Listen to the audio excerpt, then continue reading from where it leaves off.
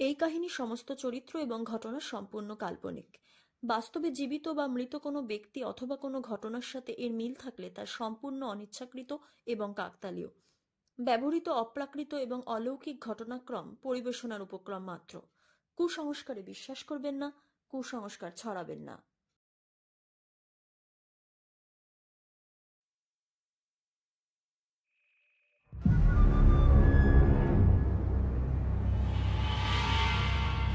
এমন এক রাত যেখানে আকাশ জুড়ে ঘন কালো মেঘ জমেছে।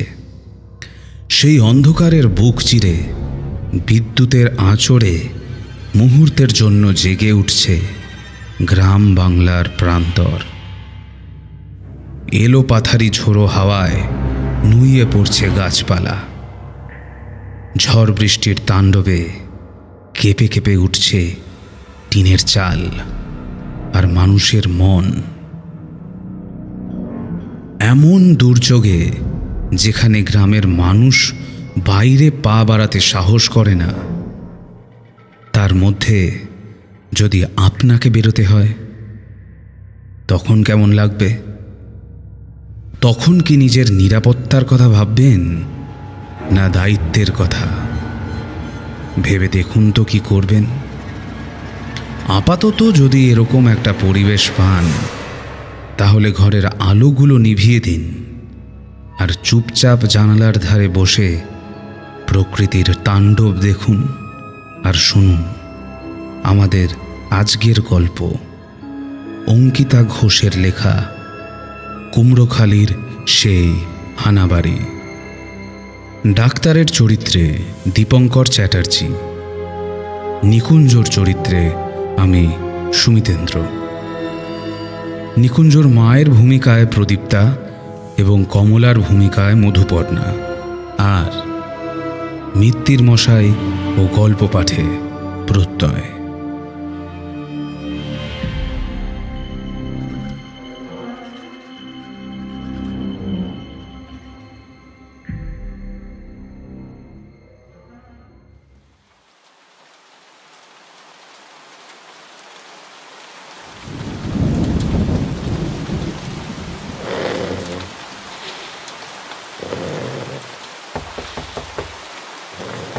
ডাক্তারবাবু, ও ডাক্তারবাবু, এই দরজাখানে একটিবার খোলেন না। ও ডাক্তারবাবু। ব্যস্ত হয়ে ডাকল আগন্তুক। ডাক্তারবাবু, দরজাখানে একটু খোলেন, মায়ের আমার খুব অসুখ যে। ডাক্তারবাবু ঘুম থেকে উঠলেন। বাইরে তুমুল বৃষ্টি হচ্ছে। এত বৃষ্টিতে কে এলো আবার? কমলা তখন অঘরে ঘুমোচ্ছে। ডাক্তারবাবু তাড়াতাড়ি উঠে বাইরের ঘরে এসে সদর খুলতেই এক রাশ ঠান্ডা জলীয় বাতাস ডাক্তারবাবুর মুখে এসে লাগল। সদরের ওই দিকে দাঁড়িয়ে থাকা আগন্তুকের মুখ অন্ধকারে স্পষ্ট দেখা যাচ্ছে না। ডাক্তারবাবু জিজ্ঞাসা করলেন, কি চাই? হ্যাঁ, আগে আপনাকেই চাই ডাক্তারবাবু, আপনাকেই চাই। কার কি হলো আবার? আগে আমার মায়ের ভারী অসুখ করেছে, একেবারে এখন তখন অবস্থা। তাই এই রাত বিরেতে ছুটে এলো। অনেক দূর থেকে আসি ডাক্তারবাবু, আমায় ফিরিয়ে দেবেন না? কোত্থেকে আসা হচ্ছে? এই কুমড়োখালি থেকে। জায়গাটার নাম শুনে ডাক্তারের ঘুম উড়ে গেল।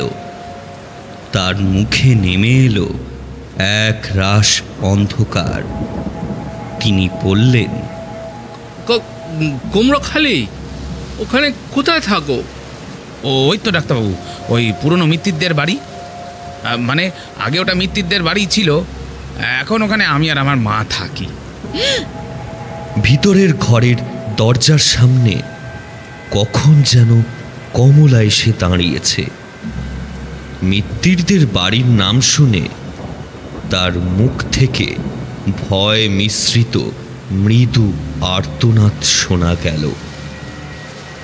সেই স্বর শুনে ডাক্তারবাবু কমলার দিকে একবার ফিরে চাইলেন, তারপর আগন্তুককে বললেন, দেখো ভাই, কুমড়োখালি অনেক দূর। এত দূরে এত রাতে কি করে যাবো বলো তো, তাও এত ঝড় বৃষ্টির মধ্যে। আমার পালকি আছে ডাক্তারবাবু, আপনি যত টাকা বলবেন তত টাকাও দেব। শুধু আমার মাকে একবার দেখে যান। এতদিনে অনেক ডাক্তার বুদ্ধি দেখালুম, কিন্তু কেউই ঠিক জুত করতে পারলো না। আশেপাশের গ্রামে তো আপনি ছাড়া আর ভালো কেউ নেই। আমার মায়ের চিকিৎসাটা একটু করে দিন ডাক্তারবাবু, অনুরোধ করছি, আপনার দুটি পায়ে পড়ি, দয়া করে চলুন। ডাক্তারবাবু কিছুক্ষণ ভাবলেন, তারপর বললেন, তা তোমার পালকি কোথায়? ওই তো এই যে এই সামনের পুকুরটার ধারে। বেশ, তুমি যাও, আমি আসছি।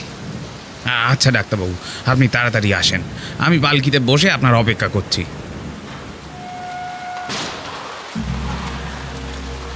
আগন্তুক চলে গেল।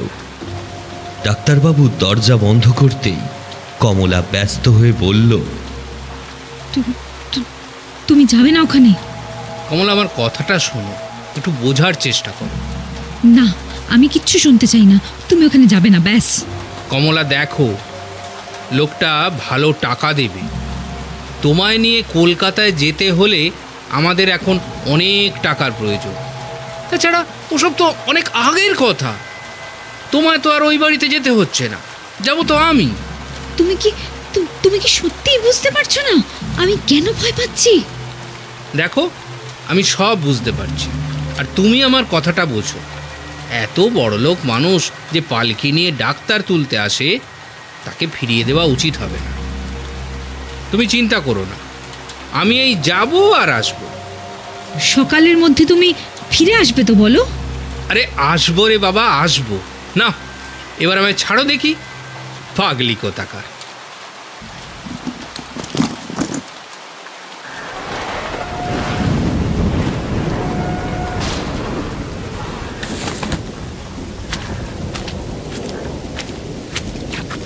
কমলাকে বুঝিয়ে সুঝিয়ে ডাক্তারবাবু তাড়াতাড়ি নিজের ভারী চামড়ার ব্যাগটা তুলে নিয়ে আর মাথায় ছাতা দিয়ে সামনের পুকুরের দিকে এগিয়ে চললেন।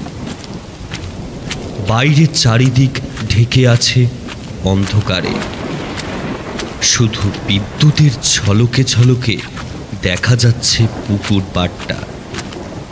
কানায় কানায় জল টলমল করছে। ভারী বৃষ্টির ফোঁটা পুকুরের ওপরে পড়ে গম্ভীর টাপুর টুপুর শব্দ করছে। সেই সন্ধ্যা থেকে প্রবল ঝড় বৃষ্টি চলছে। কমলা সদরে দাঁড়িয়ে ডাক্তারবাবুর যাত্রাপথের দিকে তাকিয়ে রইল, যতক্ষণ না পর্যন্ত তার অবয়ব অন্ধকারে মিলিয়ে গেল। এই নেলি পুকুর পেরিয়ে ডাক্তারবাবু বাড়ি থেকে কিছু দূর গিয়ে তিনি দেখলেন একটা বড়সড় পালকি দাঁড়িয়ে রয়েছে, কিন্তু তার আশেপাশে কোনো লোকজন নেই। চাপ বাবা, এই তো ওই লোকটা বলল সে নাকি এখানেই তার জন্য অপেক্ষা করবে। পালকি যখন আছে, অপেক্ষা নিশ্চয়ই করছে, কিন্তু কোথায় গেল সে? আর বেয়ারার দলই বা কই? বেশ অপ্রস্তুত হয়ে তিনি হাঁ করে দাঁড়িয়েছিলেন। এমন সময় পালকির ভিতরের পর্দা ফাঁক হলো। ভেতরের টিমটিমে হলদে আলোয় দেখা গেল সেই আগন্তুকের মুখ। উঁকি মেরে সে ব্যস্ত স্বরে বলল, ডাক্তারবাবু আসেন আসেন, উঠে আসেন। উঠে আসবো মানে? লোকজন কই? বেয়ারা কই? কাউকেই তো দেখছি না। পালকি চালাবে কে? ওরাও চলে আসবে। বৃষ্টি পড়ছিল বলে কোনো গাছের ছাওয়ায় টাওয়ায় গিয়ে দাঁড়িয়েছে হয়তো। দেখুন গিয়ে গুরুক সেবা করছে, দেখুন গে। চলে আসবে চলে আসবে। অগত্যা ডাক্তারবাবু কথা না বাড়িয়ে পালকিতে উঠে বসলেন।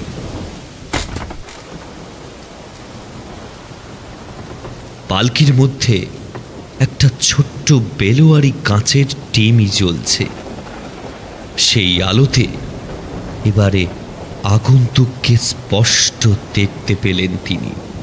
বয়স খুব বেশি নয়, এই 25-26 হবে। লোক না বলে বোধহয় ছেলে বলাই শ্রেয়। একে আগে কোনোদিনও তিনি দেখেননি। আগন্তুক নিজের পরিচয় দিল। হ্যাঁ, নমস্কার। আগে আমার নাম নিকুঞ্জ চক্রবর্তী। আমি কিছুদিন হলো কুমড়োখালিতে এসেছি।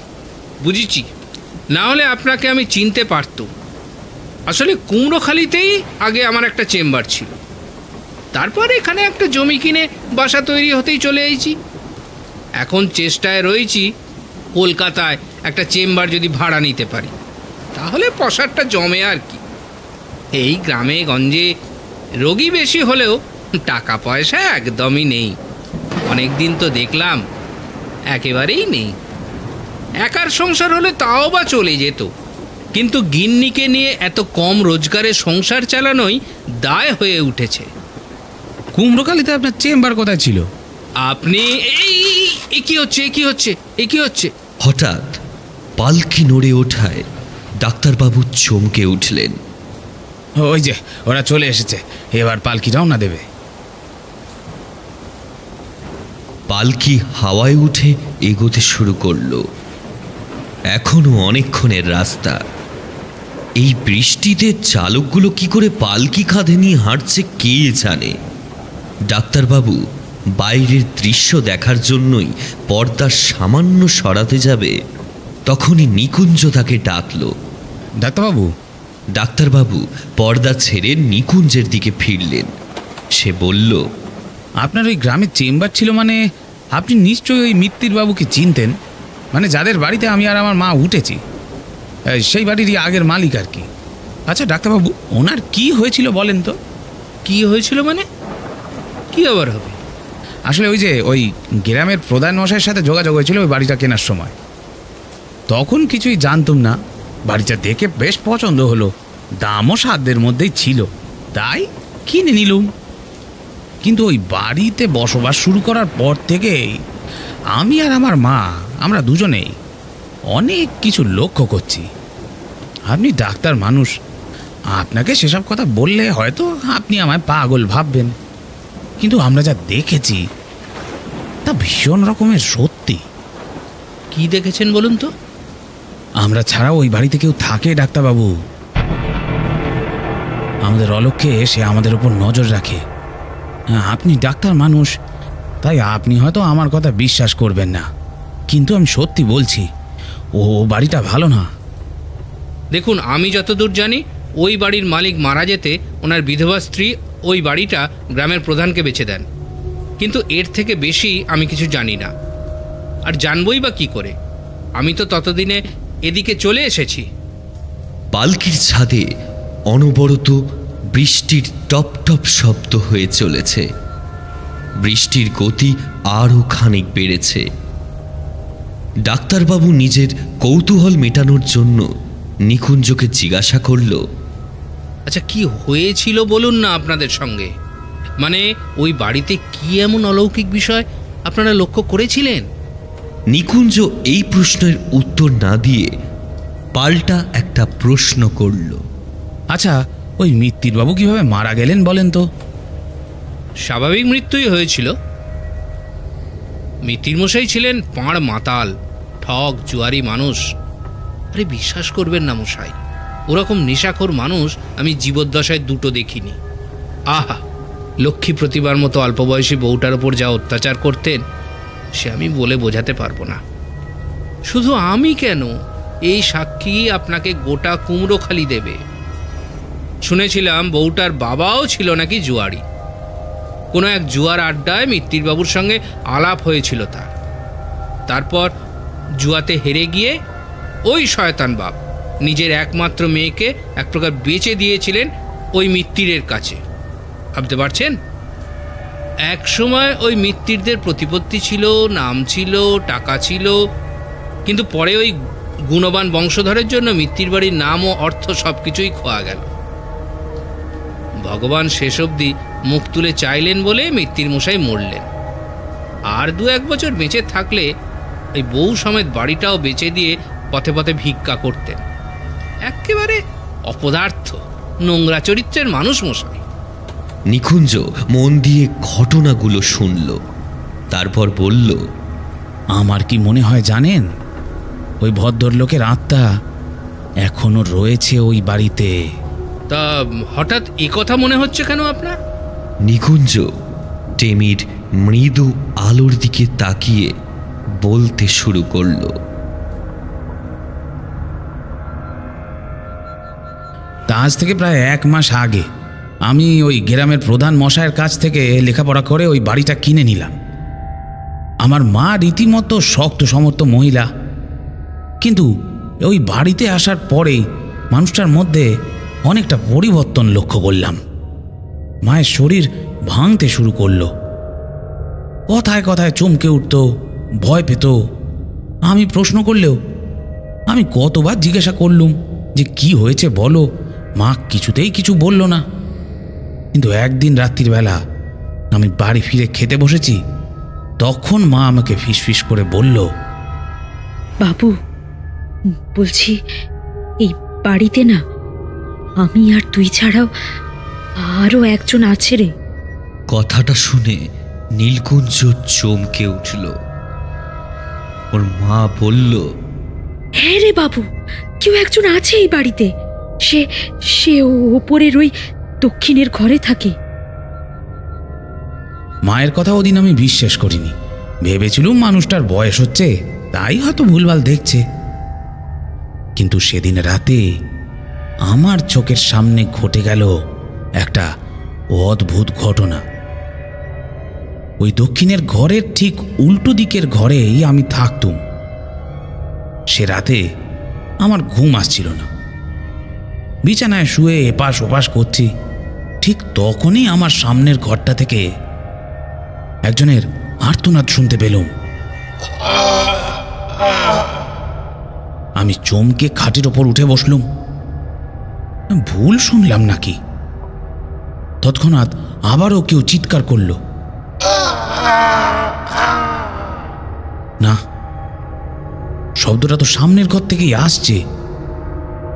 এরপরেই শুরু হলো একটা গোঙানি। কেউ যেন প্রচণ্ড যন্ত্রণায় কাতরাচ্ছে।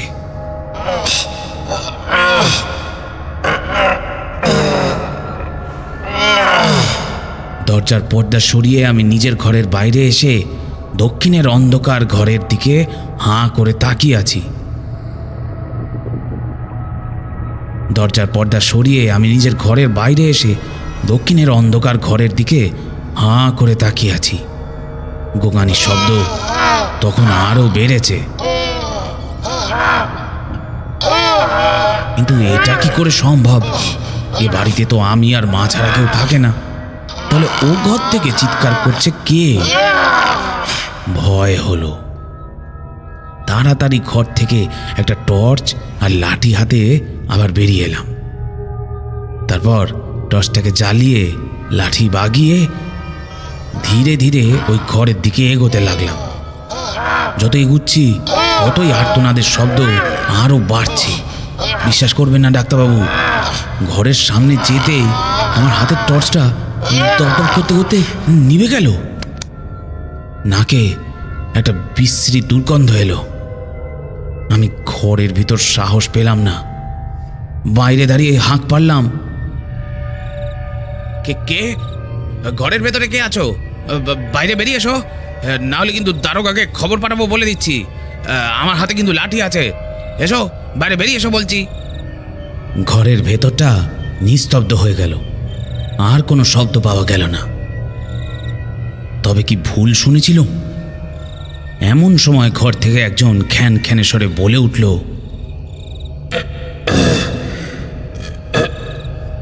জল হবে।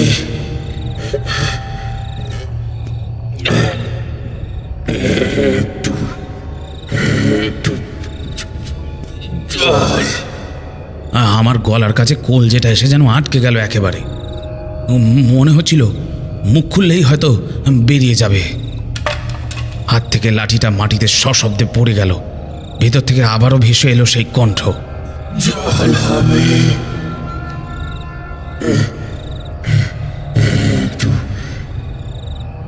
একটু জল। আমি বুঝতে পারলুম না ঠিক কি করা উচিত। তড়িঘড়ি নেমে গেলাম মায়ের ঘরে। মাকে ঘুম থেকে তুলে সমস্ত কথা বললুম। মা বলল, আমি তো তোকে আগেই বলেছিলাম ওই দক্ষিণের ঘরে কেউ নিশ্চয়ই রয়েছে। তবে তুই যা বলছিস তেমন তো কোনোদিনও আমি শুনিনি। তা হ্যাঁ রে, বলি কোনো চোর ছ্যাঁচোর ঢোকেনি তো? কি করে ঢুকবে মা? সদর আমি নিজে বন্ধ করেছি, ছাদের দরজাও বন্ধ করে দিয়েছিলুম। প্রত্যেক ঘরের জানলায় বড় বড় শিক লাগানো রয়েছে। শোয়ার আগেও আমি পুরো বাড়ি ঘুরে দেখে শুনে গেছি। এরপরে কোথা থেকে চোর আসবে বলো তো? চোর তো আর গাছ নয় যে মাটি ফুঁড়ে উঠবে। আর কোথাও তো কিছু ভাঙাও পড়েনি। মা চিন্তিত হয়ে বলল, তো তবে কি ভূত? হ্যাঁ, এই বলি এবারে কি হবে রে? ও ঘরে যে আছে সে আমার থেকে জল চাইছিল। আমার মনে হয় আমাদের জল দিয়ে দেওয়া উচিত। হয়তো কোনো অতৃপ্ত আত্মা জলের আশায় ঘুরছে। মরার সময় হয়তো বেচারা জল পায়নি। একবার জল পেলে সে নিশ্চয়ই বিদায় নেবে। সে তুই যা ভালো বুঝিস কর, তবে একা যাস না, আমিও যাব। মা হাতে এক গ্লাস জল নিয়ে আমার সঙ্গে ওপরে উঠল। দক্ষিণের ঘরের সামনে এসে আমরা দাঁড়ালুম। ভিতরে খুব মৃদু ছটফটানির শব্দ তখনও ভেসে আসছে। মা জলের গেলাসটা চৌকাঠে রেখে সরে দাঁড়ালো। বিশ্বাস করবেন না ডাক্তারবাবু, নিজের চোখে দেখলুম আমরা একটা সরু কালো হাত অন্ধকার ঘর থেকে বেরিয়ে চৌকাঠের ওপর থেকে জলের গেলাসটা নিয়ে ফের মিলিয়ে গেল অন্ধকারে। মাও ব্যাপারটা লক্ষ্য করেছিল। মৃদু কুঁকিয়ে উঠল। আমিও হতবাক হয়ে পাথরের মতো স্থির হয়ে দাঁড়িয়ে রইলুম।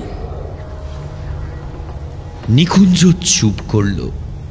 তার কপালে দেখা দিল বিন্দু বিন্দু ঘাম। চোখে মুখে আতঙ্কের ছাপ স্পষ্ট। ডাক্তারবাবু নিঃশ্বাস বন্ধ করে শুনছিলেন। নিকুঞ্জ চুপ করতেই তিনি ব্যস্ত হয়ে জিজ্ঞাসা করলেন, তারপর কি হলো? সেদিন থেকে প্রত্যেক রাতেই ঘটতে শুরু করলো সেই এক ঘটনা। সেই অশরীরীর চিৎকার শুনতে পেলেই আমরা ঘরের সামনে যাই আর সে আমাদের থেকে জল চায়। জল না দেওয়া অবধি সে পাগলের মতো আর্তনাদ করে চলে। তারপর সবই শান্ত হয়ে যায়। সকালবেলা ওই ঘর দেখলে মনেই হবে না যে ওই ঘরে রাত্রির বেলা এমন অস্বাভাবিক একটা ঘটনা ঘটে। ঘরটা এমন জীবন্ত হয়ে ওঠে। এই জন্যেই কি আপনার মা অসুস্থ হয়ে পড়েছেন? এমন ভৌতিক অত্যাচার কতদিন সহ্য করা যায় বলুন তো? কত ওঝা কত তান্ত্রিক ডেকেছি, ঘরের বাইরে গণ্ডি টেনেছি, পুজো করিয়েছি, কিন্তু সেই অশরীরীকে আমরা ওই বাড়ি থেকে সরাতে পারিনি। গ্রামের মধ্যেও ব্যাপারটা জানাজানি হয়েছে। হ্যাঁ, আমার দৌলতেই গ্রামের লোকেরা আমাদেরকে এক ঘরে করে দিয়েছে। কেউ আসে না আমাদের কাছে, কেউ সাহায্য করে না।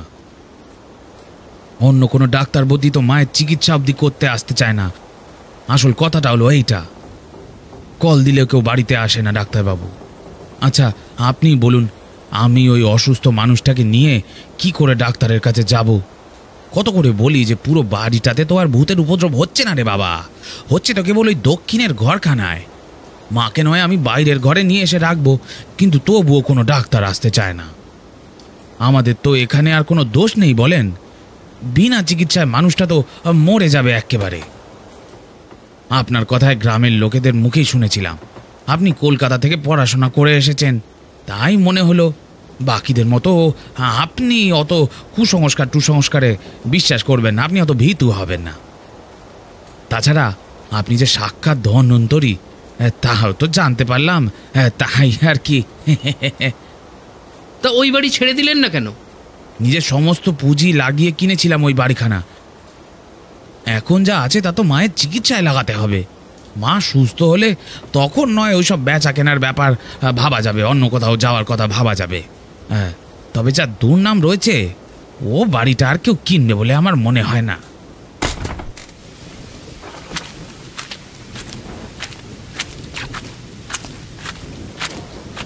এমন সময় পালকি থেমে গেল।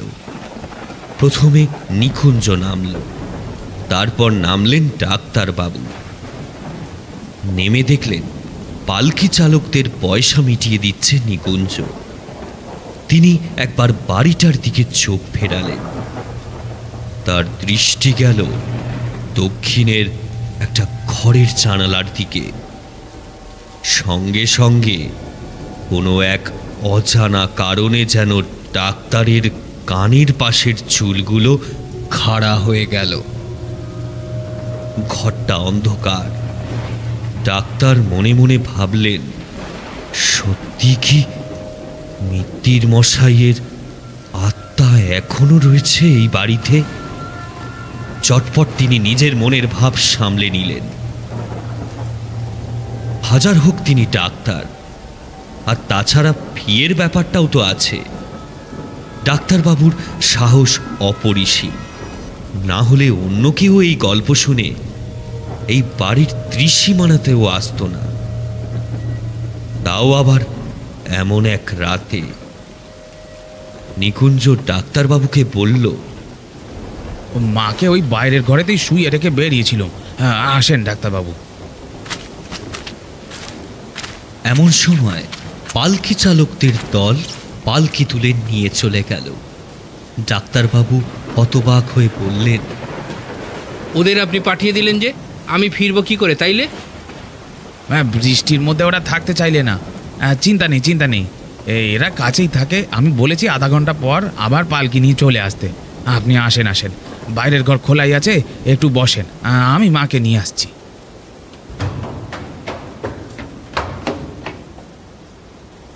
বাইরের ঘরে টিমটিম করে লণ্ঠনের আলো জ্বলছে। ঘরের মধ্যে তেমন কোনো আসবাব নেই। কেবল ঘরের কোণে একটা লম্বা চৌকিতে শুয়ে আছেন একজন বৃদ্ধা। তার সামনে একটা চেয়ার রাখা আছে। ডাক্তারবাবু বৃদ্ধার দিকে এগিয়ে গেলেন। তার পিছন পিছন নিকুঞ্জ সেদিকে এগোলো। বৃদ্ধার বয়স হয়েছে, মুখে চোখে অজস্র বলি রেখা, মাথায় চুল নেই, গায়ে একটা সাদা থান জড়ানো, একেবারে ছিমড়ে চেহারা। চিমটি কাটলেও বোধহয় বৃদ্ধার শরীর থেকে সামান্য মাংস তোলা যাবে না। ডাক্তারবাবু এসেছেন বুঝতে পেরেই বৃদ্ধা সামান্য নড়ে চড়ে শুলেন। ডাক্তারবাবু চেয়ার নিয়ে তার সামনে এসে বসলেন। বৃদ্ধা তখনও চোখ বুজে শুয়ে রয়েছেন। বুড়িমার কি কষ্ট হচ্ছে শুনি? ডাক্তারের কথা শুনে ধীরে ধীরে বৃদ্ধা চোখ মেলে তাকালেন। লণ্ঠনের আলোয় বৃদ্ধার চোখ জোড়া দেখে ডাক্তারবাবুর বুকের ভেতরটা ধক করে উঠল। বৃদ্ধার চোখের মণির রং অনেকটা সবজেটে, ঠিক মিত্তির মশাইয়ের মতো। ডাক্তারবাবু বৃদ্ধাকে অদ্ভুতভাবে দেখছিলেন বলেই হয়তো নিকুঞ্জ পাশ থেকে জিজ্ঞাসা করলেন, কি হলো ডাক্তারবাবু? হ্যাঁ, না মানে কিছু না। ডাক্তারবাবু নিজেকে সামলে নিয়ে বৃদ্ধার হাতে নিয়ে নাড়ি ধরলেন। কি হলো? নাড়ি খুঁজে পাওয়া যাচ্ছে না কেন? ডাক্তারবাবু চিন্তিত হয়ে পড়লেন।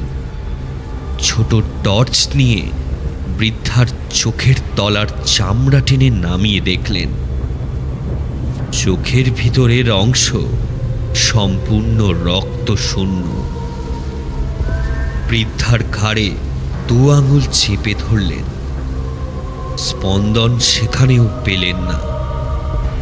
বৃদ্ধা হঠাৎ ফিক করে হেসে বললেন, কি হলো ডাক্তার? নাড়ি খুঁজে পেলে না বুঝি? বৃদ্ধার মুখ থেকে কথাটা বেরোলো বটে, কিন্তু যে কণ্ঠ শোনা গেল তা কোনো এই বৃদ্ধার কণ্ঠস্বর হতে পারে না। এই কণ্ঠস্বর অবিকল মিত্তির মশাইয়ের। ডাক্তারবাবু চেয়ার ছেড়ে উঠে পড়লেন। বৃদ্ধা নিজের সরু সরু হাত বাড়িয়ে ছট করে ডাক্তারবাবুর হাত ধরে নিলেন। ডাক্তারবাবু অসহায় দৃষ্টিতে তাকালেন নিকুঞ্জের দিকে। নিকুঞ্জ এবারে হাউ হাউ করে কেঁদে ফেলল। আমার মা গতকালই মারা গেছে ডাক্তারবাবু। মা মরে যাওয়ার পর এই প্রেতাত্মা মায়ের শরীর দখল করে ফেলেছে। ও আমায় বলেছে আমার মায়ের শরীর ততক্ষণ ছাড়বে না যতক্ষণ না পর্যন্ত আমি আপনাকে বাড়িতে নিয়ে আসছি আমার মায়ের শরীর উদ্ধার করার জন্য। ওই জন্যই আমাকে ক্ষমা করেন ডাক্তারবাবু, আমাকে ক্ষমা করেন। ডাক্তারবাবু বৃদ্ধার দিকে তাকালেন। বৃদ্ধা উঠে দাঁড়িয়ে নিজের ফোকলা মুখ ডাক্তারের মুখের সামনে নিয়ে এসে বললেন, শেষ অবধি আমায় বিষ খাওয়ালে ডাক্তার, তাও কার জন্য? ওই শয়তান মেয়ে ছেলেটার জন্য। কমলা আমার বউ ছিল, আমার ওর উপর খুব মায়া হলো, তাই না? তার স্বামীর অত্যাচার তার বউ সহ্য করবে না তো কে করবে শুনি? তলে তলে কমলাকে ভালোবেসে তোমরা দুজনে মিলে আমার চিকিৎসা করার নামে আমায় বিষ খাওয়ালে। মরার আগে ছটফট করতে করতে কতবার জল চাইলাম, তাও দিলে না। আমায় মেরে ফেলে এই গ্রাম থেকে দূরে গিয়ে দুজনে মিলে সংসার খেলা খেলছ। তোমার নাগালে পাওয়ার জন্যই তো আমি এত কিছু করলাম ডাক্তার। এবারে বুড়ির শরীরে কোনো প্রয়োজন নেই আমার। কথা শেষ হতে বৃদ্ধা ঢলে পড়ল মাটিতে। নিকুঞ্জ মা মা করে ধরে নিল বৃদ্ধাকে। তারপর কাঁদতে কাঁদতে মাকে পাঁজাকোলা করে তুলে নিয়ে ডাক্তারবাবুকে ফেলে সেই ঘর ছেড়ে বেরিয়ে গেল। এবারে ডাক্তারের হাত ধরে রয়েছে এক অশরীরী, যার শরীর দেখা না গেলেও উপস্থিতি স্পষ্ট অনুভব করা যাচ্ছে। অশরীরীর নিজের ফ্যাঁসে গলায় বলল, ডাক্তার, তোমায় যে এবার মরতে হবে। তোমার শরীর না পেলে কমলার কাছে আমি যাব কি করে?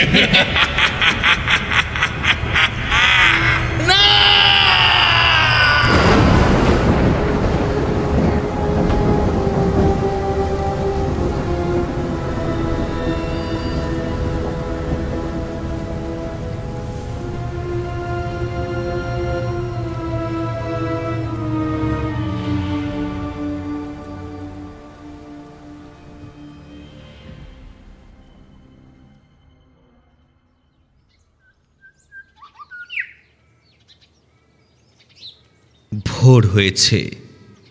দাওয়ায় বসে কমলা অপেক্ষা করছে ডাক্তারবাবুর।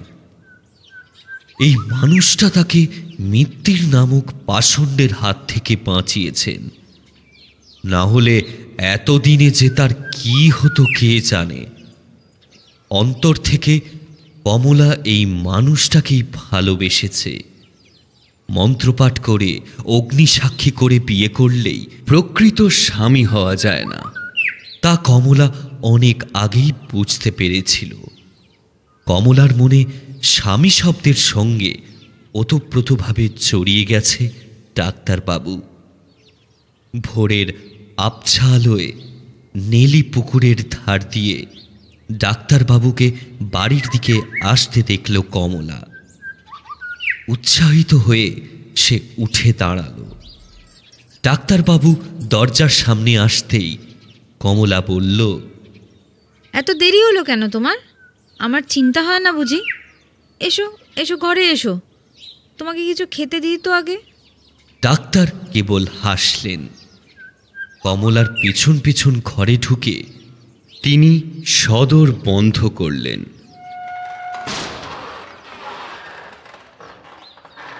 কমলা আগ্রহের বশে তখনও খেয়াল করেনি ডাক্তারবাবুর চোখের মণির রং কখন যেন কালোর বদলে হালকা সবুজ বর্ণ ধারণ করেছে।